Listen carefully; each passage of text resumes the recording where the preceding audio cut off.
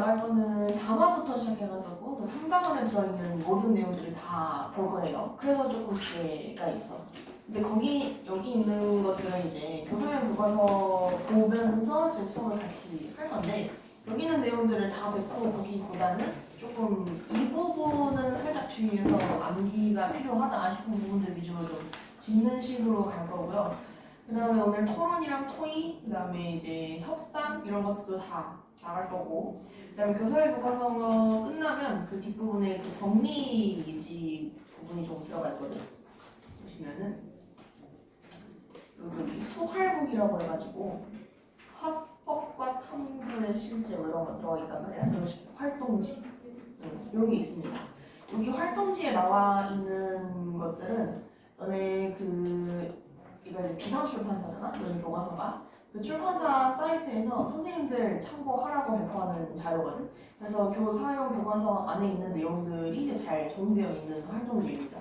그래서 여기 활동지들 중심으로 너네가 공부해주시면 될 것 같아. 그 다음에 계속 뒤로 넘어가다 보면 이제 숙제 부분이 나오게 되는데 아마 너네 학교 선생님이 지금 다들 얘기 들어보니까 뭐 어디는 수업을 안 하셨다, 어디는 수업을 그냥 개념만 하셨다, 뭐 이런 얘기들이 좀 많더라고. 그래서 요 내용들을 막 그렇게 딥하게 막 엄청 시간 투자 많이 하고 그럴 필요는 없을 것 같아. 일단 중심이 돼야 되는 부분은 문법. 우리 문장 들어가는 거하고 그다음에 문법 요소 들어가는 거 그거를 중심으로 하고 그 다음에 이제 4-1단원 있지? 너네 중세국 그거 조금 들어간다고 했던 거 그거는 헷갈릴 수 있으니까 헷갈리지 않는 선에서 이해하는 수준으로 하시면 될 것 같고요. 그래서 이 합법 부분은 이제 지난 시험에도 그랬지만 그렇게 문제 비중이 높지는 않을 것 같아. 그리고 이제 난이도 자체가 그렇게 높지 않고요. 그래서 여기 뒤에 숙제 부분을 선생님이 이제 단원별로 25문제씩 넣어 놓기는 했는데 한 70% 정도 해오면 통과로 인정해줄게. 숙제 부분은 단원별로 25문제면은 문제 양 자체가 좀 많기는 하거든요. 근데 이제 그렇게까지 시간을 쏘는 거는 선생님은 조금 효율이 좋지 않다고 생각을 해서 그래도 나는 꼼꼼하게 처음부터 끝까지 이 범위 내용들을 다 하고 싶습니다 한다면 굳이 말리지는 않을게. 근데 이제 뒤에 있는 문제 보면 한 70% 정도 해오면 통과로 할 수 있죠. 그 다음에 이제 대화의 원리인데 이 대화의 원리는 사실 너의 교과서에 실려있는 내용은 아니야. 그래서 학교 선생님이 요거를 주셨는데 이 대화의 원리는 사실 너네 1학년 교과서에 실려있는 내용이거든요. 근데 1학년 때는 그거를 진도를 안 나갔었어. 그리고 그래서 보시면은 학교 선생님이 나누는 자료들도 그 1학년 교과서의 출판사 자료들 그 출판사에서 나눠주는 선생님 보라고 하는 자료들 그거를 가지고 이제 만드신 것 같아. 그래서 거기 있는 예시들이랑 조금 더 이제 볼만한 예시들 교과서 참고해서 선생님이 여기다가 넣어놓은 거거든. 그래서 이제 선생님이 받은 거는 이제 협력의 원리 두 번째 장 여기까지가 지금 나와 있는데 혹시 바로 뒤쪽에 보시면 이제 체면 유지의 원리 이런 것도 있었나? 요거 이제 교과서에 있었던 내용이거든요. 체면 유지의 원리 요것도 있었니? 있었어. 그러면 뭐 담화 관습 이것도 있었니? 담화 관습. 담화 관습은 처음 보죠. 담화 관습. 우리나라는 문화적으로 어떤 담화 관습이 있다. 뭐 돌려말하는 관습 뭐 이런 내용은 없었고. 그러면은 이제 뒤에 요것도 뒤에 바로 보시면은 대화의 원리 문제들 조금 넣어놓긴 했는데 담화 관습 부분 관련해서는 빼셔도 상관은 없습니다. 거의 이제 시험번호 포함 안 되는 부분이니까. 자, 그러면 오늘 들어가봅시다. 첫 페이지에 거기 페이지 써 있는 것 기준으로 해서 114쪽 그래요. 114쪽 여기 봐봐. 봅시다. 여기 담화의 맥락과 구조 여기부터 볼게요. 근데 담화는 이거 중간 때 안 했어요? 중간때? 기억이 있는데 거기 말고 이제 화법 되게 앞부분 조금 더 앞부분이었어. 근데 내용이 거의 말 좀 비슷해가지고 좀 어딘가 묘하게 익숙하긴 할 거야. 이거 봅시다. 여기 두 번째 여기 온다부터 시간 위에까만 잘 보이고 너네 잘 보이지? 여기서 볼게요. 담화는 보통 하나 이상의 발화들이 모여서 의사소통을 이루는 언어 형식이다. 담화를 통해서 의사소통을 할 때는 단순히 발화의 한만 가지밖에 아니라 담화를 구성하는 상황 맥락 및 사회 문화적 맥락을 잘 고려해야 된다. 그래서 이 문단에서 우리가 봐줘야 되는 거는 뭐냐면은 상황 맥락과 이 사회 문화적 맥락을 사례를 보고 짚어낼 수 있어야 되는 거지. 일단 이 상황 맥락이라고 하는 것은 무엇이냐? 담화에 직접 개입하는 화자와 청자의 목적을 비롯해서 의사소통이 일어나는 시간과 장소 등을 이야기를 하는 것이다. 그러면 이제 사회문화적 맥락이라고 이야기를 하는 것은 의사소통 참여자들이 공유하는 시대적, 사회적 상황과 이념, 공동체, 가치, 신념 등을 얘기하는 거예요. 그러면 우리가 어떤 사례를 봤을 때 이게 상황 맥락에 따른 거냐, 사회문화적 맥락에 따른 거냐를 구분을 하려면 어디를 포인트로 봐야 돼? 상황 맥락 같은 경우에는 화자와 청자, 그러니까 이 개인 차원의 목적이나 시간과 장소 이런 것들에 대해서 얘기하고 있으면 상황 맥락 이거고요. 그 다음에 어떤 시대적 그리고 전체 사회적인 이야기를 하고 있으면 사회문화적 맥락에 해당한다고 볼 수가 있는 거죠. 자, 그래서 여기 왼쪽으로 조금 넘어가시면 여기 직접 발화와 간접 발화 여기 있거든요. 요거는 이제 우리 시험 범위에 포함되는 그 문법 요소의 종결 표현하고도 좀 연관이 있는 내용인데, 일단 직접 발화 같은 경우에는 발화의 형식과 화자의 의도가 일치하는 발화다. 뭐 예를 들어서 평서문으로 써 있어. 형식이 평서문이야 문법적으로. 근데 의미도 평서문이야. 그러면 이제 직접 발화입니다. 근데 이제 간접 발화 같은 경우에는 의도와 관련된 언어 형식을 쓰지 않고 화자의 의도를 드러내는 발화래. 예를 들어서 써 있는 건 청유문이야. 문법적 형식은 청유문입니다. 근데 의도가 명령문인 거지. 의도가 명령이고 아니면 어떤 감탄이거나 그런 경우에는 이제 간접 발화라고 한다. 우리 종결 표현할 때 잠깐 봤던 내용들이죠. 그렇지? 자, 그러면 이거 뒷페이지로 한번 가볼게요.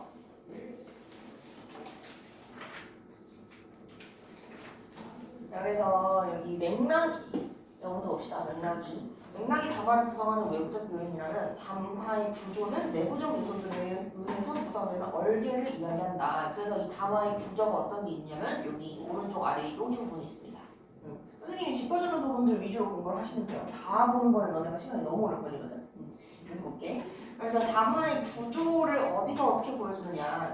일단 단락을 지시하는 지시표현 이상으로 뭐 앞에서 앞단락에서 무슨 이야기를 이런 식으로 좀 요약을 해준다든가 이런 지시표현, 혹은 단락 간의 관계를 드러내주는 표현, 예를 들어 뭐 종합하면 혹은 뭐 자세히 말하면 예컨대라든지 아니면 우리가 흔히 얘기하는 접속어들 있지? 그런 것들이 이제 다 문단 간의 관계를 나타내주는 표현이다.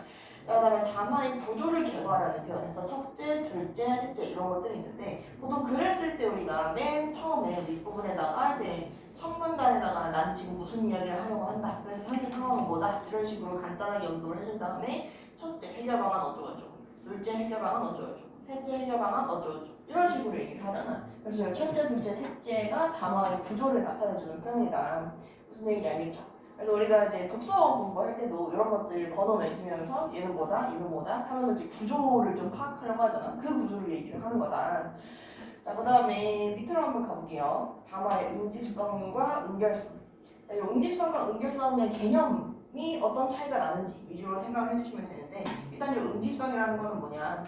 담화의 내용적인 짜임새와 관련된 것으로 담화의 부분들이 통일성 있게 연결되어야 하는 성질을 이야기한다. 그러니까 한마디로 내용이 일관되어야 한다라는 얘기죠. 우리가 이제 글을 쓰다 보면은 너네도 이제 수행평가 할 때 글 쓰고 하지, 그렇지? 근데 글을 쓰다 보면은 처음에 분명 이 얘기를 하려고 했는데 막 그렇게 쓰다 보면은 막 3000% 빠지고 이런 경우들이 상당히 많아. 그래서 결론에서는 결론 부분에서 하는 얘기랑 서론 부분에서 하는 얘기랑 안 맞는 경우들이 있어. 그런 경우에는 이제 내용상의 응집성이 좀 떨어진다고 봐야겠죠. 처음부터 끝까지 일관된 하나의 이야기를 해야 된다. 그 다음에 밑에 은결성 한번 가볼게요. 은결성. 자, 이 은결성이라고 하는 거는 어휘와 문법을 활용해서 담화의 형식적인 짜임새를 더하는 성질을 말한다. 그러니까 여기서는 조금 더 형식적인 차원의 이야기를 말할 때 이제 은결성이라고 얘기를 하는데, 보시면 이 형식적인 짜임새를 어떻게 더하느냐. 일단은 같거나 비슷한 어휘를 반복을 해주시거나 아니면 유의관계, 반의관계, 상관관계와 같이 어휘의 의미 관계를 잘 활용해주면 됩니다. 예를 들어서 내가 어떤 개념을 딱 중심에 두고 이 개념에 대해 이 개념의 관점의 차이 같은 걸 얘기하고 싶어. 그러면은 대조되는 거. 혹은 반의관계에 있는 말들을 쓸 수가 있고, 아니면은 내가 비슷한 이야기를 하고 싶은데 그렇다고 똑같은 말을 여러 번 할 수가 없잖아. 그렇지? 그래서 유의관계에 있는 단어들을 여러 개 사용을 한다거나 이런 식으로 이제 내용상의 응결성을, 아니, 형식상의 응결성을 조금 더 챙겨줄 수가 있다. 그다음에 밑에 보시면은 지시 표현과 접속 표현을 가지고 또 응결성을 높여줄 수 있다라고 이야기를 했는데, 이 지시 표현은 이제 말 그대로 뭐 이런 식으로 가리키는 말들, 지시 대명사, 지시 관형사 이런 것들 얘기하는 거고, 그다음에 접속 표현 그리고 그러나 이런 말들. 자, 그다음에 이 오른쪽에 요거 한번 볼게요. 응집성과 응결성 관련해서 이제 내용 딱 정리를 해놓은 부분인데, 다만 내용적인 짜임새와 관련된 것들이 응집성, 그래서 이제 형식적인 짜임새와 관련된 것들이 응결성. 이때 응결성을 챙겨주는 방법이 두 가지가 있다고 했죠. 일단 첫 번째로는 어휘적인 측면에서 어떤 단위관계, 유의관계에 있는 말들을 쓴다거나, 아니면은 어떤 의미가 좀 비슷한 어휘들을 반복을 한다거나, 그 다음에 두 번째 차원에서 이야기를 했던 것이 지시 표현을 쓴다거나 아니면 접속 표현을 쓴다거나, 이런 것들이 이제 응결성을 더하는 방법이었다. 자, 그러면은 우리 활동 탐구 쪽으로 가볼게요. 봅시다. 만약에 문제가 출제가 된다고 한다면 이런 학습 활동들 위주로 문제를 출제를 하실 거거든. 아마 내가 너네 학교 선생님이라면은 변형을 하더라도 너네가 조금 잘 알아차릴 수 있는 쉬운 수준으로 변형을 하실 것 같아. 일단 학습 활동 사례 먼저 가볼게요. 제이슨 설에 떡국을 먹었느냐? 안 먹었으면 나한테 누나라고 불러라고 얘기를 하는데 지금 얘가 알아듣지 못하고 있지. 왜? 설날에 떡국을 먹으면 나이를 먹는다는 거는 우리나라만의 문화인 거잖아. 외국 애들이랑 상관이 없단 말이야. 자, 그러면은 이거는 맥락을 고려하지 못한 거죠. 그치? 그럼 상황 맥락을 고려를 못한 거야? 아니면은 사회문화적 맥락을 고려를 못한 거야? 사회문화적 맥락을 고려를 못한 거죠. 그치? 이런 것들을 이제 구분을 하라는 얘기야. 여기는 이제 문화적인 차이니까 이건 사회문화적 맥락의 문제다. 사회문화적 맥락. 상황 맥락은 그 발화자, 그러니까 화자와 청자의 개인적인 차원의 시간과 장소 맥락을 이야기하는 거였고, 얘네들 같은 경우에는 조금 더 공동체 차원의 한국 사람이냐 외국 사람이냐의 문제니까 사회문화적 맥락을 제대로 이제 파악하지 못했다. 여기도 보시면은 얘는 뜨거운데 옆에서는 시원하다고 그러지, 그렇지? 이 시원하다고 얘기하는 것도 우리나라의 공동체의 문화인 거잖아, 그죠? 자, 그다음에 여기 밑에 담화 구조 한번 가보도록 합시다. 2023년 세계 기후 현황에 따르면 2023년 4월부터 전 지구 해수면 평균 온도 또한 사상 최고치를 기록했다고 합니다. 그러면서 이제 해수면 온도가 점점점 높아진다는 그 연구 결과를 제시를 하고 있는 거예요. 그러면 특정 연구 결과를 제시하면서 현 상황에 대해서 객관적으로 진단을 하고 있는 거죠. 밑에 보시면 이렇게 바다 환경이 바뀌게 되면이라고 하면서 앞에 있었던 내용들을 한번 다시 언급을 해주고 있지. 이런 것들이 우리가 아까 봤던 그 지시 표현인 거죠. 지시 표현. 그래서 이제 단화의 응결성을 높이는 표현입니다. 그래서 이제 결과적으로 생물은 생존을 위해서 생육에 적합한 서식지를 찾게 된다. 그래서 수온이 상승하게 되면은 이러한 영향들이 생길 수 있다라는 내용들을 좀 설명을 하고 있는 거예요. 그러면 앞에서는 현재 수온이 상승하고 있습니다. 그리고 뒤에서는 수온이 상승하게 되면은 이런 영향을 미칠 수 있습니다. 이렇게 얘기를 하는 거야. 그래서 앞부분에서는 원인, 그리고 뒷부분에서는 결과에 따라서 글의 흐름이 이제 진행이 되고 있다. 자, 그래서 왼쪽에 보시면은 우리가 이제 만약에 문제에 이런 사례들이 출몰을 하잖아. 그러면은 이 네 가지 중에서 하나를 골라주시면 되는데, 하나는 나열, 그러니까 원인과 결과, 문제와 해결, 그다음 비교와 대조. 우리 한 번씩 다 들어봤던 개념들이죠. 그렇지? 나열은 비슷한 것들을 쭈루루루 늘어놓는다는 얘기고, 그다음 원인과 결과, 아까 봤던 것처럼 이런 식으로 수온이 상승하게 되면은 이런 영향이 나타날 수 있다. 그 다음에 문제와 해결. 요거를 보고 이제 문제와 해결이다라고 생각을 할 수도 있는데, 일단 문제 상황인 거는 맞아. 근데 이 수온을 상승하는 거에 대해서 해결책은 나와 있지 않죠.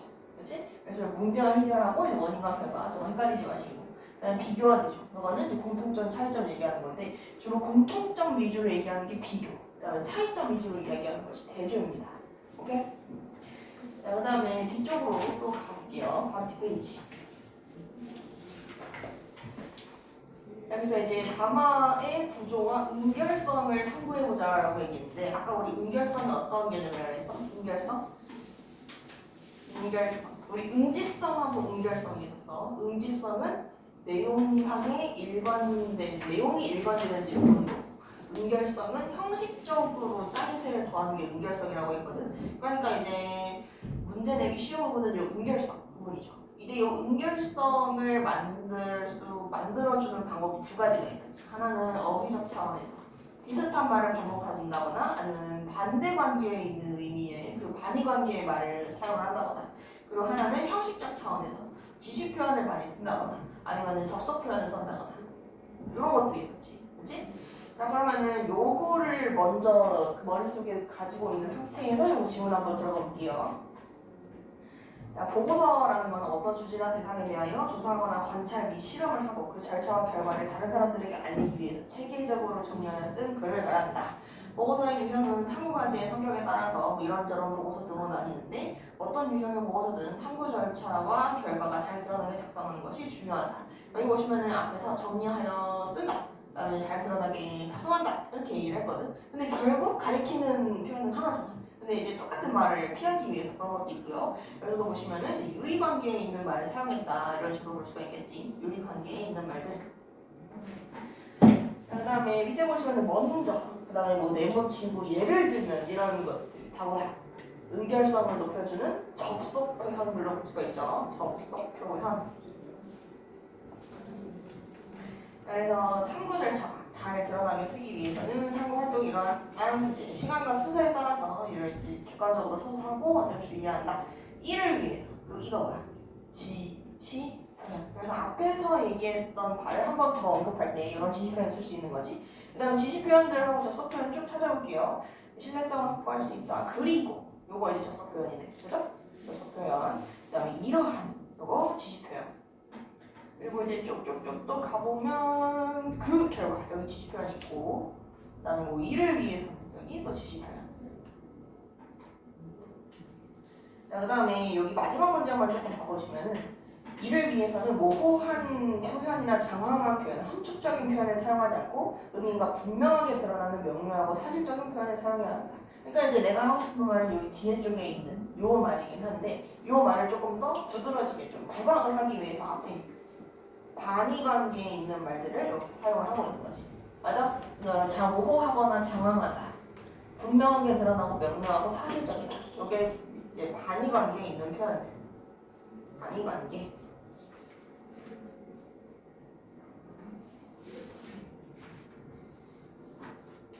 약간 어떤 느낌인지 좀 감 오시죠? 그러니까 개념이 그렇게 어려운 건 아니거든. 근데 안 보면 머릿속에 개념이 없으면 문제풀로 들어갔을 때 조금 당황할 수 있는 그런 개념들입니다. 자, 그럼 어디로 넘어가냐면 120쪽으로 가볼게요. 120쪽. 여기 밑에 언어의 공공성 한번 가봅시다. 언어의 공공성. 거의 밑에 문단이에요. 밑에 문단. 이 언어의 공공성이라는 것은 좁은 의미와 넓은 의미로 이해할 수 있다. 좁은 의미로는 국가기관, 지방자치단체, 공공기관 및 공공단체나 그에 소속된 공인이 공식, 비공식적으로 생산하는 공공언어의 총체적인 특성을 가리킨다. 그래서 이제 공공성이라는 거는 모든 사람들이 함께 사용한다는 뜻이잖아. 그렇지? 그래서 이제 일단은 좁은 의미에서 공공성이라고 얘기를 하는 거는 국가기관 혹은 공적인 기관. 공적인 기관에서 무언가를 다른 사람들한테 발표할 때 이건 이제 좁은 의미의 공공성을 얘기를 하는 거고요. 그 다음에 넓은 의미로서의 공공성은 뭐냐면은 모든 발언가 갖는 공적 책임과 가치의 특성. 그러니까 공적인 기관과 사적인 기관을 모두 포함하는 얘기야. 그래서 밑에 보시면 이제 기업의 채용 공고, 저건 이제 사적 기업이죠, 사기업. 그다음 다양한 매체 속의 기사와 광고. 이때 이 기사는 조금 더 이제 공적인 성격을 같이 띌 수도 있고, 광고, 이거는 이제 사적인 거고, 뭐 제품의 사용 설명서, 거리의 간판 뭐 이런 것들. 그래서 이제 대중들을 상대로 하는 공적 기관이나 사적 기관의 언어들은 이제 공공성을 띠는 언어들이다. 자, 그래서 왼쪽에 보시면은 이제 넓은 의미하고 좁은 의미 여기 간단하게 정리되어 있거든요. 여기 보시면 일단 좁은 의미 같은 경우에는 국가기관, 그 다음에 공공성이 있는 이런 기관에서 생산하는 언어들이고, 그 다음에 넓은 의미에서는 모든 나라가 갖는 공적 책임과 가치의 특성이라고 있는데 이때 사적 기관과 공적 기관을 같이 아울러서 이야기를 하는 거다. 자, 바로 뒤로 넘어가 볼게요. 표현의 정확성, 적절성, 공정성 이거 봅시다.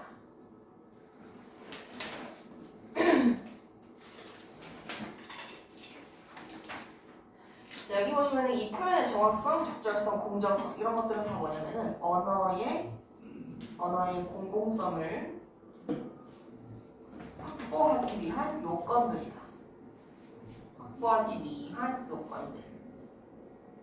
그래서 이 정확성, 적절성, 공정성이 어떤 개념인지를 알고 딱 사례를 봤을 때 이 언어는 공공성을 확보했는지 못했는지, 공공성을 확보하지 못했다면 어느 요건에 걸리는 것인지 이런 것들을 봐주셔야 됩니다. 자, 일단은 공공성부터 한번 가볼게요. 정확성부터 가볼게요. 자, 이 표현의 정확성이라는 거는 이제 형식적으로는 어록 규범에 맞게 쓰고 의미적으로는 전달하고자 하는 바가 바르고 확실하게 드러나도록 하는 것을 뜻한다. 이때 어문 규범이라고 하는 거는 우리 전에 봤던 한글 맞춤법 규범들을 얘기를 합니다. 한글 맞춤법에 맞게 써라. 그래야지 알아들을 수가 있겠죠. 그 다음에 의미적으로는 전달하는 바가 바르고 확실하게 드러난다. 즉 중의적인 의미의 문장은 쓰지 말아라 라는 뜻입니다. 우리 이제 부정 표현할 때 중의성을 해소해야 된다 이런 말 들어봤죠. 미나가 서호에게 편지를 주었다. 여기서 주지 않았다라고 얘기했을 때 그 안타 부분이 어디를 부정하는 건지 좀 모호하다 이렇게 얘기를 했었잖아. 그런 식으로 이제 중의적인 표현들을 좀 해소를 시켜주는 게 맞다는 얘기죠.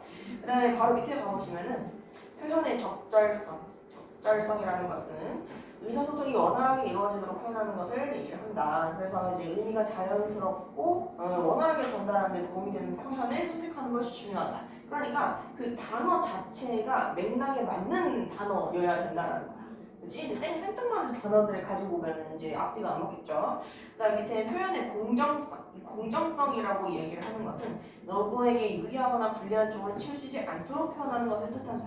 그러니까 이제 우리가 말을 하다 보면은 얘는 알아들을 수 있는데 쟤는 알아듣기 어려운 그런 표현들이 있죠. 그치? 그런 말들은 웬만하면 쓰지 말고 모두가 다 알아들을 수 있는 그런 언어를 사용을 해라.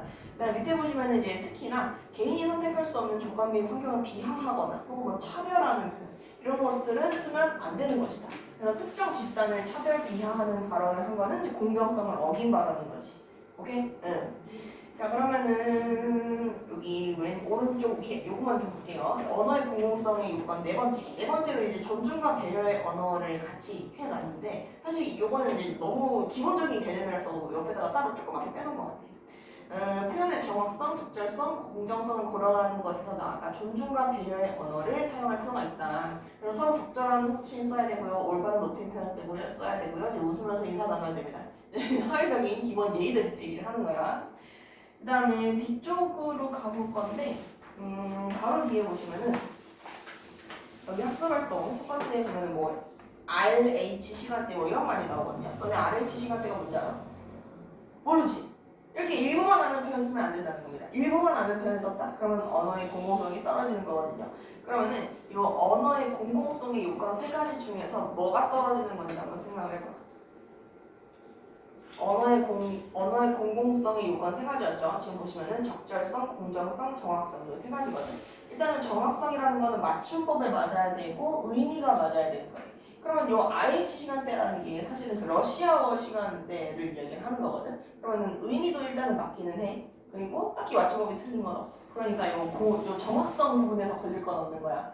그 다음에 이 적절성을 보시면은 의사소통이 원활하게 이루어지도록 표현을 해야 된다 그랬잖아. 요게 걸리는 거지. 오케이? 그 다음에 밑에 요 공정성 같은 경우에는 비하 발언을 하지 말아야 된다는 게 포인트거든요. 그럼 공정성이랑은 딱히 상관이 없는 거다. 그럼 얘는 결국 적절성이 떨어지는 거지. 오케이? 특정 집단만 알아들을 수 있죠. 이제 모두가 다 알아들을 수 없는 그런 표현을 사용했다는 거. 요거는 언어의 적절성이 떨어지는 거다.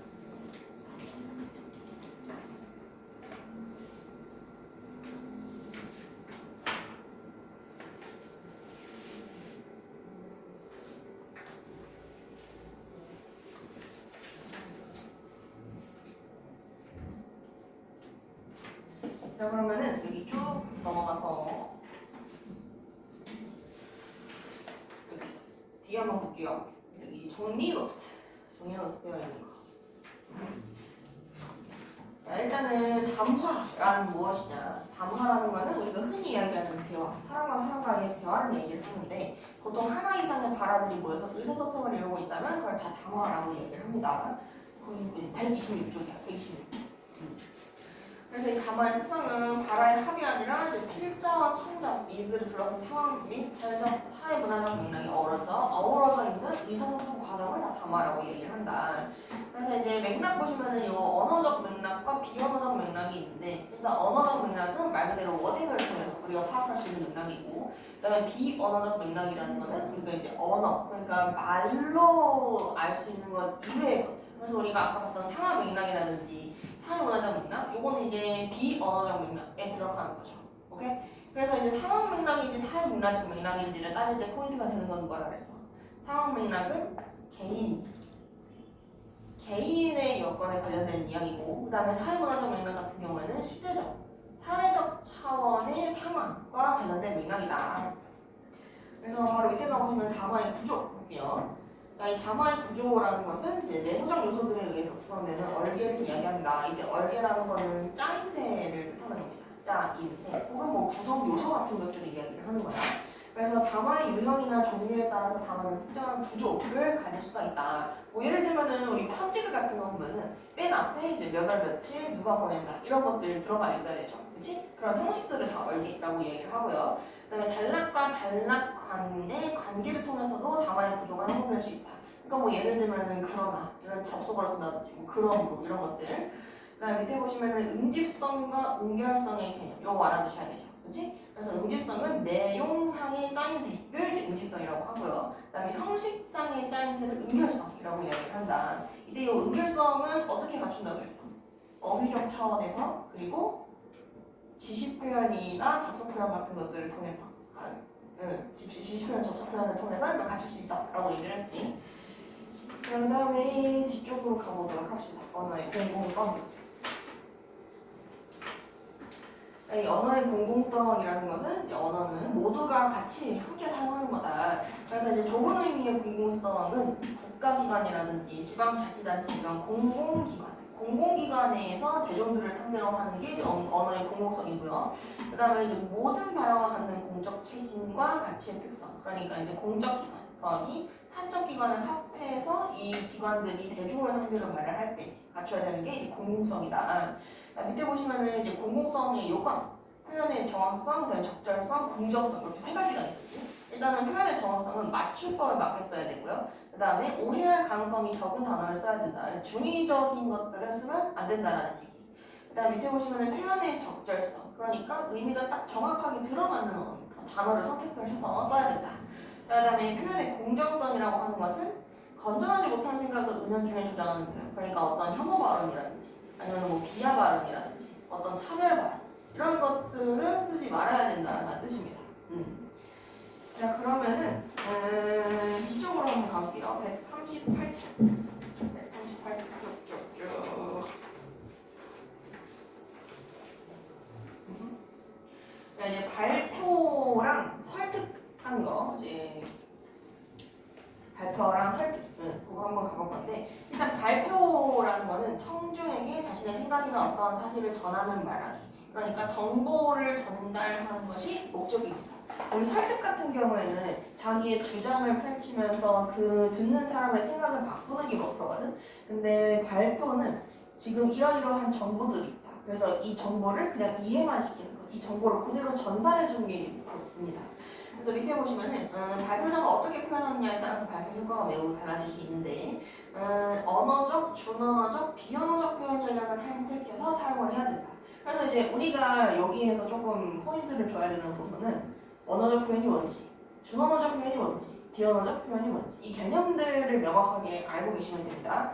밑에 보시면 일단은 언어적 표현 전략 먼저 한번 가볼게. 일단 이 언어적 표현 전략이라는 건 말 그대로 말을 통해서 정보 전달 효과를 높인다는 얘기죠. 그렇지? 예를 들면 뭐 내용 연결 표현을 사용한다든지 밑에 보시면은 저는 올해 미술 동아리 활동 결과를 발표하려고 합니다. 그래서 앞으로 내가 무슨 말을 할 건지를 안내를 해주는 거죠. 그 다음에 다음으로 내가 무슨 내용 이야기하겠다. 요거. 그 다음에 지금까지 내가 무슨 이야기 얘기했었는데 앞으로는 뭘 하겠다. 이런 식으로 앞에 내용을 요약해 주는 거. 이런 것들은 다 언어적인 차원에서 조금 더 원활하게 정보를 전달하는 거죠. 그다음 밑에 다음 페이지 바로 넘어가 볼게. 이 외에도 발표자는 뭐 인용, 서리, 비유, 문답 등의 표현 방법을 활용할 수 있다. 그래서 우리가 흔히 이야기하는 뭐 비유적 표현, 뭐 서리적 표현, 다른 사람들의 말, 뭐 어떤 전문가의 말을 가져온다든지 이런 것들도 다 언어적 표현 전략에 들어간다는 얘기죠. 왜냐면 이제 언어로 하는 거니까. 그 다음에 이제 구체적인 사례나 경험을 활용하는 등의 언어적 표현 전략을 통해서 발표에 참신한 느낌을 더할 수 있다. 그래서 언어적 표현 전략은 한마디로 뭐야?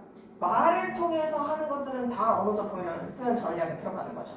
오케이? 자, 그러면 준 언어적 표현 전략은 뭐냐? 준 언어는 말 그대로 이제 입에서 나오는 건 맞는데 말은 아닌 것들.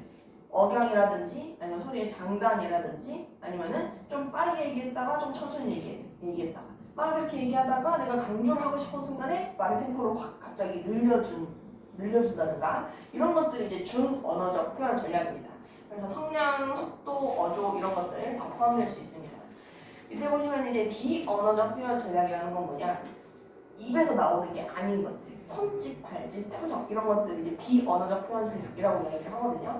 그래서 시선 처리라든지 아니면은 이 청중들을 향해서 짓는 표정 그리고 이제 어떤 제스처들 이런 것들이 다 비언어적 표현 전략이다. 그래서 언어냐, 준언어냐, 비언어냐 요것만 구분을 해주시면 돼요. 자, 그러면은 뒤쪽으로 한번 가봅시다. 여기 요거 사례 한번 가볼게요. 이런 식으로 얘가 어떤 종류의 표현 전략을 사용하고 있는지 이런 걸 아마 물어볼 것 같거든. 그래서 1년 동안의 동아리 활동을 교내 활동, 교회 활동으로 나눠 설명을 하겠다. 내가 앞으로 어떤 식으로 정보를 전달하겠다라고 얘기를 해준 거지. 그치? 그럼 이거는 언어적 표현 전략. 밑에 보시면은 이 활동을 통해서 알리고자 한 것은 일상에서 소심하면서 이렇게 한 거, 요건 이제 준 언어인 거죠. 잠깐 쉬었다가 이제 텀을 주고 약간 좀 말의 속도를 느리게 하는 거. 요거는 준 언어입니다. 근데 여기 보시면은 잠깐 쉬고 얘기한다라고 얘기를 했으니까 뭔가 좀 언어가 아닌 것 같아서 비언어 이렇게 골라갈 수 있거든. 근데 요거 비언어 아닙니다. 준 언어예요. 이 말의 속도를 늘려주는 거, 준 언어입니다. 준 언어. 밑에 보시면은 이제 양손을 머리 위로 팍 이렇게 펼쳐. 아니면 뭐 검지손가락을 쥐면서 막 따봉 뭐 이거잖아, 그렇지? 이런 것들은 이제 비언어에 들어간다. 자, 뒤쪽으로 한번 가볼 건데, 봅시다. 이 발표에 나타나는 표현 전략을 탐구해보자라고 이야기를 했어. 그러면 얘가 언어적인 건지, 아니면 준언어적인 건지, 비언어적인 건지, 요거를 따져보자라는 얘기죠. 그러면 미소를 띄워주는 거 이거는 뭐야? 미소 뭐야? 준언어야, 비언어야? 비언어죠. 표정은 다 비언어에 들어가는 거. 밑에 보시면은 오늘은 뭐뭐를 소개하고자 합니다. 이게 언어적 표현 전략이고요. 앞으로의 내용, 뭐 말할지 얘기해주는 거. 그다음에 바이오 플라스틱 살펴보기 전에 플라스틱에 대해서 먼저 알아보겠습니다. 그러니까 이제 플라스틱 얘기하고 그 다음에 바이오 플라스틱 얘기하겠다는 거잖아. 순서 말해주는 거, 언어적 표현 전략. 밑에 보시면은 우리 주변에 플라스틱으로 만들어진 제품에는 무엇이 있을까요? 이렇게 딱 물어봤어. 물어보고 나서 청중에 대답을 듣고 네 맞아요 이런 식으로 문답법 쓰는 거 이런 것들도 다 언어적 표현 전략입니다. 말로 하는 것들은 다 언어적인 거야. 그래서 아까 보시면은 비유, 인용, 서리 이런 것들도 다 언어적 표현 전략이 들어간다고 했죠. 그렇지? 그다음에 밑에 보시면 웃어요. 웃음, 호호호 웃었어. 얘는 비언어적인 거. 자, 그 다음에 천천히 말하는 거. 이거는 말의 속도와 관련된 거지. 속도는 준언어라고 얘기했습니다. 준언어. 이거 막상 문제 풀어보면은 의외로 조금씩 틀리는 부분 나온다. 네. 그 다음에 밑으로 쭉 내려가시면은 여기 손으로 화면을 가리키고 있어. 제스처. 이거는 비언어. 그 다음에 밑에 보시면은 이건 플라스틱은 잘 섞지 않고 분해되는데도 수백년의 시간이 걸려서 우리가 많은 양의 플라스틱을 사용할수록 환경오염되고 생태계에 전접하게 됩니다. 그래서 큰 목소리로 갑자기 빡 얘기하는 거. 이거는 목소리의 성량 높이는 거 준언어인 거죠. 준언어. 그 다음에 이제 한 줄기 빛처럼 어쩌고저쩌고 나타난 이거는 언어적인 거. 비유법이니까. 그 다음에 밑에 보시면 손을 들고 있어요. 제스처. 비언어. 그 다음에 오른손을 들고 있어요. 이것도 비언어. 자, 그러면 어디로 가느냐? 연설 쪽으로 바로 갈게요. 46쪽. 146 연설.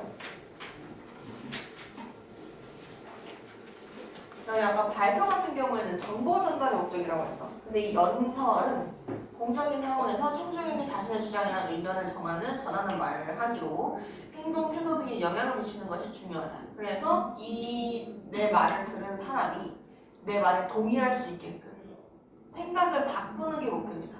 오케이? 자, 밑으로 한번 가볼게요. 일단 설득 전략이 이제 이성적 설득 전략이 있고 그다음에 감성적 설득 전략이 있어. 이게 사람을 설득하는데 논리로 설득하는 것도 중요한데 약간 감정적인 부분을 살짝 건드리는 것도 설득하는 데 효과가 되게 좋거든요. 그래서 일단은 이성적 설득 전략을 먼저 얘기를 하자면 주장에 대한 타당한 근거를 제시해주는 게 이성적 설득 전략입니다. 아, 너가 이렇게 주장을 했어? 근거가 뭐야? 이 정도면 좀 납득할 만하다 라는 생각이 들면은 이제 이성적인 거지.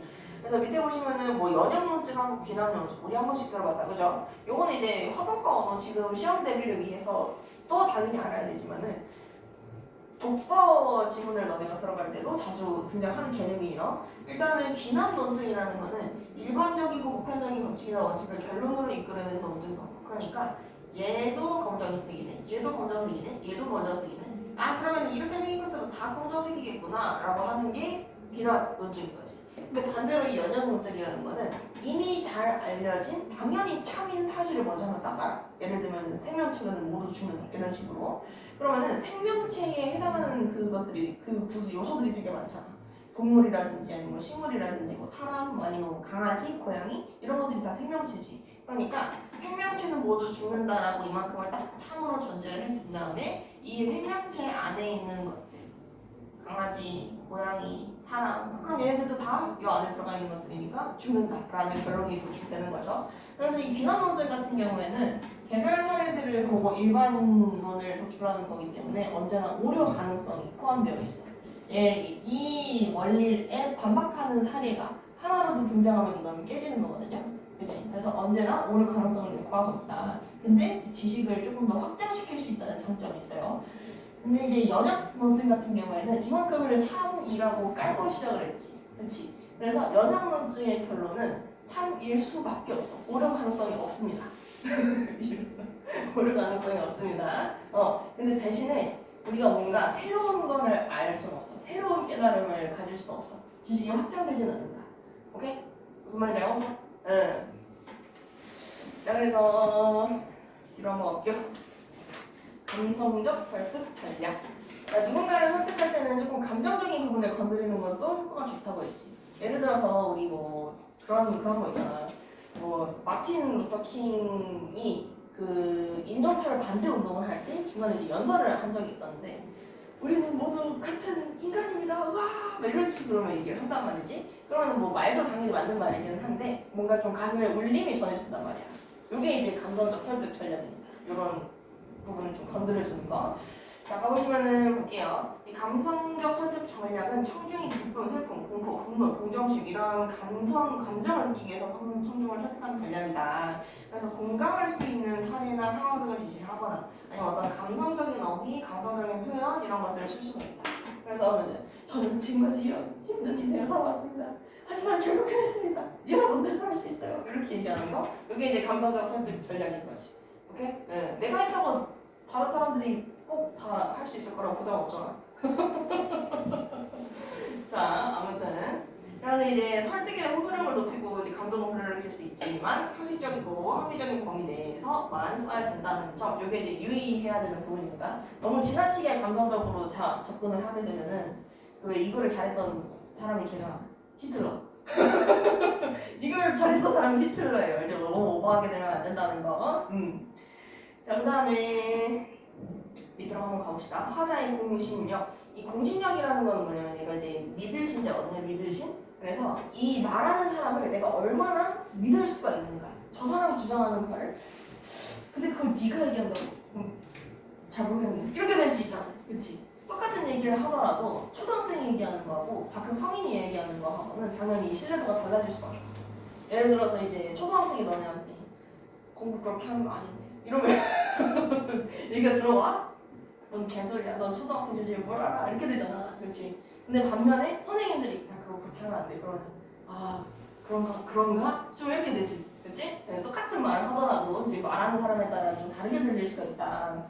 그래서 이거는 넘어가 볼게요. 좀 더 넘어가고. 자, 시간이 생각보다 그렇게 많지가 않아가지고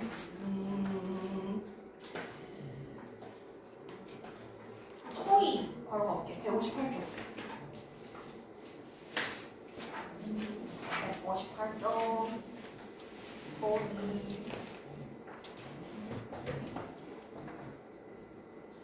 여기 토의 볼 건데 토의하고 토론은 좀 다릅니다. 우리 토론은 많이 들어봤지. 찬성이랑 반대랑 나눠가지고 막 싸우는 거잖아. 근데 토의는 뭐냐면은 특정한 하나의 문제 상황을 가운데로 나가놓고 이 문제 상황을 해결하기 위해서 우리가 어떻게 하면 좋을까 하면서 이제 중간중간에 의견도 조정하고 그래서 결국 이걸 해결하기 위해서 이렇게 해야 된다 저렇게 해야 된다 이런 의견들을 조정하는 과정이 토의라고 생각하시면 됩니다. 예를 들어서 우리 학급회의 같은 거 보면은 요새 학급회의 잘 안 하긴 하는데 학교에 따라서 하기도 하거든요. 그럼 학급회의에 예를 들어서 청소당번을 어떤 순서로 결정해야 하는가 그러니까 이런 게 지금 안건으로 올라왔다고 쳐. 그러면은 어떤 사람은 가나다 순으로 하자. 그럼 또 어떤 사람은 아니야 여기 이쪽 분단에 앉은 사람 먼저 가자. 이런 식으로 얘기할 수 있잖아. 그래서 이런 이 방안을 선택했을 때 장점은 뭐고 단점은 뭐다. 이 방안을 선택했을 때 장점은 뭐고 단점은 뭐다. 이런 것들을 계속 의견을 주고 받으면서 최고의 해결책을 찾아내는 게 토의다. 오케이? 네. 자 그래서 이 토의의 종류 요거 한번 좀 볼게요. 토의의 유형. 네, 토의가 여러 가지 버전이 있는데 일단 심포지엄이라고 하는 것은 여러 강연자가 하나의 주제에 대해서 서로 다른 관점에서 강연을 하고 청중과 질의응답을 합니다. 그래서 심포지엄의 이제 포인트는 뭐냐면은 강연자가 여러 명이에요. 강연자가 여러 명. 그러면 이 특정 안건에 대해서 이 사람들 입장에서는 이게 좀 문제가 됐다. 근데 이 사람들 입장에서는 이걸 건드리기가 조금 힘들 수가 있다. 이런 식으로 좀 다른 관점에서 막 강연을 먼저 사람들한테 해준단 말이야. 강연을 한 뒤에 청중과 질의응답을 하는 것. 이게 이제 심포지엄입니다. 그다음에 패널 토의 같은 경우는 뭐냐 주제와 관련한 전문가들이 서로 의견을 주고받는 거지. 이 심포지엄은 강연을 한다고 했지. 그러니까 의견을 주고받는 건 아니야. 그러니까 처음에 발표를 먼저 하고 그 다음에 청중이랑 질의응답을 하는 거야. 근데 이 패널 토의는 전문가들이 나와가지고 전문가들끼리 먼저 질의응답을 하는 거야. 오케이? 그 다음에 이제 포럼 같은 경우에는 주제와 관련된 전문가들이 개방된 장소에서 공개적으로 청중과 질의응답하면서 의견을 나누는 토의. 그러니까 얘는 전문가들끼리 서로 의견을 교환하는 단계가 없어. 얘는 의견 교환 단계 아예 없어. 의견 교환 단계 없이 그냥 바로 청중과 질의응답하면서 공개적으로. 근데 요새 이제 개방된 장소라고 해가지고 뭐 야외 장소 이런 거 생각하시면 안 돼요. 야외를 의미하는 말이 아니지. 야외가 아니라 이제 누구나 참여할 수 있는 그런 장소라는 뜻. 그 다음에 회의. 이게 이제 우리가 일상생활에서 제일 자주 마주치게 되는 유행인데 여러 사람이 모여가지고 이제 당면한 문제를 해결하기 위해 의견을 나눈다. 그래서 꼭 전문가일 필요는 없다. 전문가가 참여하지 않는다라는 것이 이 회의의 특징입니다. 전문가가 없다. 자 그러면 이제 토의의 과정 한번 가보도록 할게요. 자, 이 토의라는 것은 일정한 과정을 따라서 진행을 시켜주는 게 이제 효율이 좋아요. 자, 이 토의의 목적이 뭐라 그랬어? 문제를 다 같이 해결해보자. 이 문제를 해결할 수 있는 최고의 해결 방안을 찾아보자 이거지. 그렇지? 자, 그러면 제일 먼저 뭐 해야 되냐면은 지금 이 문제가 정확하게 뭐가 문제가 되는 건지를 좀 따져주셔야 돼요. 그래서 어디서부터 어디까지가 문제가 되는지 이런 것들을 조금 더 구체적으로 파악을 해주셔야 돼. 자, 그 다음에 이제 여러 관점에서 해결할 수 있는 대안을 도출한다. 너네 브레인스토밍이라는 말 들어봤어? 브레인스토밍? 그래서 생각나는 대로 막 그냥 얘기하는 거지. 그치? 그거를 일단 먼저 해준다. 그 다음에 이제 대안의 판단 준거를 설정할 건데 실현 가능성, 효율성, 비용, 시간 등등 다양한 판단 준거를 설정을 해줍니다. 근데 이제 판단 준거를 설정할 때 판단 준거의 우선순위까지 같이 설정을 합니다. 우선순위. 그러니까 비용을 최우선으로 생각할 거냐, 시간을 최우선으로 생각할 거냐, 우리 지금 상황이 어떤 상황이냐 이런 것들을 이제 기준을 딱딱딱딱 정해놓는 거지. 그래서 이제 이 설정한 판단 준거를 기준으로 해서 대안들의 장단점을 분석하고 평가를 해줍니다. 그래서 예를 들어서 여기서 A안, B안, C안을 얘기를 했어. 근데 이 A안 같은 경우에는 시간은 조금 많이 들어갈 수 있지만 비용을 아끼고 조금 더 확실하게 해결할 수 있어. 근데 B안 같은 경우에는 비용이 조금 많이 들어가긴 하는데 시간이 좀 빨라. 이런 식으로 좀 장단점이 다를 수가 있죠. 그렇지? 그래서 우리가 최우선으로 설정한 게 만약에 비용이라면 비용이 제일 적게 드는 방안을 선택하면 될 거고 우리가 최우선으로 한 게 효율성이라면 조금 더 효율적인 방안을 택하면 되는 거겠죠. 그렇지? 그래서 각 대안의 분석과 평가를 바탕으로 가장 합리적인 대안을 선택을 해준다. 이게 이제 마지막 단계. 그래서 이 토의 부분에서는 이 과정을 조금 생각을 해주셔야 될 것 같아요. 만약에 요거랑 이거를 이제 과정을 거꾸로 뒤집어서 낸다면 그걸 조금 파악하기 힘들 수도 있거든요. 이거를 기억, 니은, 디귿, 미음을 달아가지고 이렇게 순서에 토의 순서에 맞게 재배치를 가라 이런 식으로 문제 낼 수 있단 말이에요. 그래서 특정 사례 같은 거를 딱 이렇게 해놓은 다음에 요 순서에 맞게끔 그 기니디를 골라주셔야 되는 거지. 무슨 말인지 알겠어? 그래서 요 과정들은 어느 정도 좀 머릿속에 들어가 있어야 된다. 자, 그 다음에 뒤쪽으로 한번 가볼게요. 각각의 과정들을 조금 더 구체적으로 설명을 해놓은 부분이야. 일단 우리가 토의를 하기 위해서는 문제가 뭔지부터 알아야 되지? 그치? 그래서 문제를 해결하기 위해서 명확하게 인식을 해주고 분석을 해줘야 된다. 그래서 구체적으로 파악을 해야 되고 그 다음에 문제와 관련한 다양한 자료를 탐색해서 문제를 본질을 파악하고 습득한 자료와 출처를 정리한다. 그래서 만약에 토의 관련해서 문제를 낸다 그러면은 요런 것들을 이제 선지해낸 다음에 요게 어느 단계에서 필요한 요건이냐 이런 것들을 물어볼 수 있습니다. 그래서 우리가 문제를 파악하기 위해서는 이 문제와 관련된 이런저런 자료를 미리 준비해서 토의장에 들어가야 된다는 거지. 이거 알았어? 응. 그 다음에 밑으로 가시면 이제 대안을 도출해 봅시다. 이거는 브레인스토밍 생각하시면 되는 거죠. 그래서 문제에 대한 분석을 바탕으로 해결할 수 있는 대안을 여러 관점에서 도출을 막 한다. 그래서 이제 근본적인 원인이나 해결의 필요성 등을 고려하면서 해야 되고요. 근데 여기서 중요한 거는 타당한 근거를 갖춰야 되고 구체적이어야 한다. 뭔가 좀 잘 될 것 같은데 이런 식으로 얘기하면 안 된다는 거지. 언제 어디서 누가 얼마만큼의 비용을 들여서 해결할 수 있는가 이거를 다 얘기를 해줘야 된다는 겁니다. 그냥 아무렇게나 써주면 안 돼요. 그 다음에 밑에 대안의 판단 준거 설정 이거 한번 봅시다. 판단 준거를 설정을 할 때는 이제 토의자들의 합의가 충분히 이루어져야 한다. 이거는 사실 이제 다른 단계에서도 다 마찬가지긴 한데 이거를 최우선으로 할지 저거를 최우선으로 할지 이런 것들을 정할 때 당연히 이제 합의 과정 잘 거쳐야겠죠. 자, 그 다음에 여기 밑에 한번 볼게요. 토의 시 활용할 수 있는 효과적인 표현 방법. 토의를 할 때 내 주장을 조금 더 효과적으로 말을 어떻게 하면 좋냐. 전체적인 비판 대신에 부분적으로 그 다음에 구체적으로 비판을 해줘야 된다. 뭔가 다른 사람이 의견을 냈는데 야, 그 의견 좀 별론데? 이렇게 얘기해버리면 안 되죠. 구체적으로 어디가 어떻게 왜 별로인지 어느 부분이 별로인지를 잘 얘기를 해줘야 된다. 그래서 이제 직접적인 표현 대신에 우회적인 표현을 사용을 하는 것이 이제 서로 간에 예의를 갖추는 거다. 그 다음에 이제 가능성에 주목해서 칭찬, 중간중간 칭찬해주는 것도 이제 적극적인 의견을 이제 말할 수 있도록 유도하는 역할이 될 수 있고요. 그다음 비판보다는 개선 방안을 얘기를 해줘야 된다. 그러니까 뭔가 좀 비판을 했어? 그럼 이 부분이 안 좋아? 그럼 어떻게 할 건데? 더 나은 방안도 같이 제시를 해주는 게 좋다는 거야. 오케이? 응. 그래서 이제 도움이 안 된다 이렇게만 하지 말고 이렇게 하면 잘 안 될 것 같으니까 이렇게 하면 어떻습니까? 이런 식으로 대안을 같이 얘기를 해줘라. 자, 뒤쪽으로 한번 가볼게요.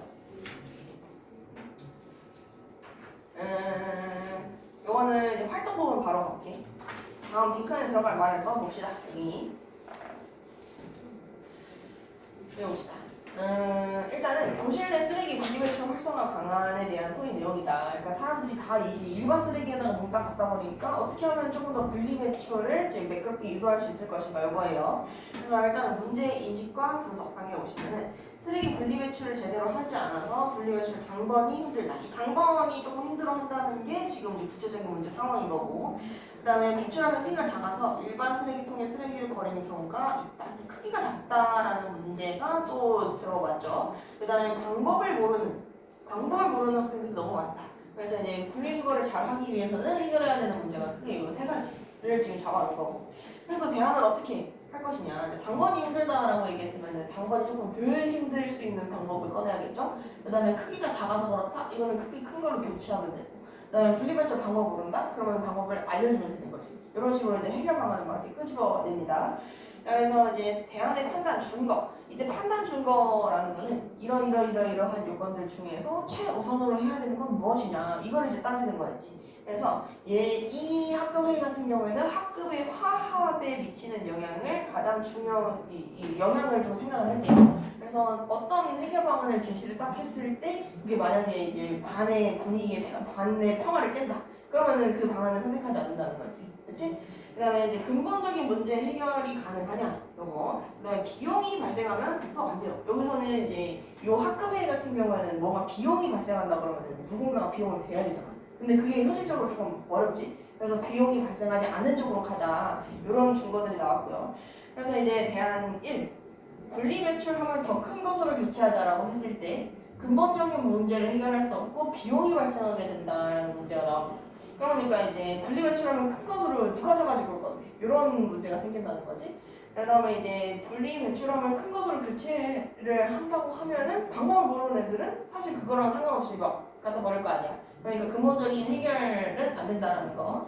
그다음에 두 번째 대안도 보시면은 분리배출함 위에 분리배출 방법에 관한 안내문을 한번 붙여봅시다. 안내문을 붙이자는 얘기가 있었어. 그럼 얘는 이제 비용은 딱히 발생을 안 하지. 그냥 이제 뭐 문은 아니지만 학교에서 이제 뽑을 수 있는 수준이니까. 근데 이제 이렇게 하게 되면은 근본적인 문제를 해결할 수 있고 비용도 발생하지 않고 화합을 이끌어낼 수 있다라고 생각을 했대요. 그다음에 세 번째도 보시면은 쓰레기 분리배출을 하지 않는 학생에게 분리배출 당번을 한번 맡겨보자. 분리배출 안 하는 녀석이 당번을 해라. 이렇게 해버린다면 분리배출을 하지 않는 이걸 찾아내는 과정에서 학급의 화합에 부정적인 영향을 줄 수 있다. 그래서 누가 분리배출을 안 했는지를 어떻게 할 거야? 뭐 CCTV를 할 거야? 아니면 학교에 애들끼리 서로 감시를 붙일 거야? 이런 문제가 발생할 수 있다는 거야. 그래서 이제 반의 평화가 깨질 수 있으니 영어는 빼자는 거지. 그럼 결국 남는 거는 요 방안인 거죠. 어떤 식으로 가는지 알겠어? 응. 얘들아 왜 이렇게 눈에 초점이 없어? 눈에 초점이 없어. 아, 이게 내용이 좀 노잼이긴 하지. 인정해. 잠깐 쉬었다 할게요. 응, 토론은 조금 쉬었다 할게요.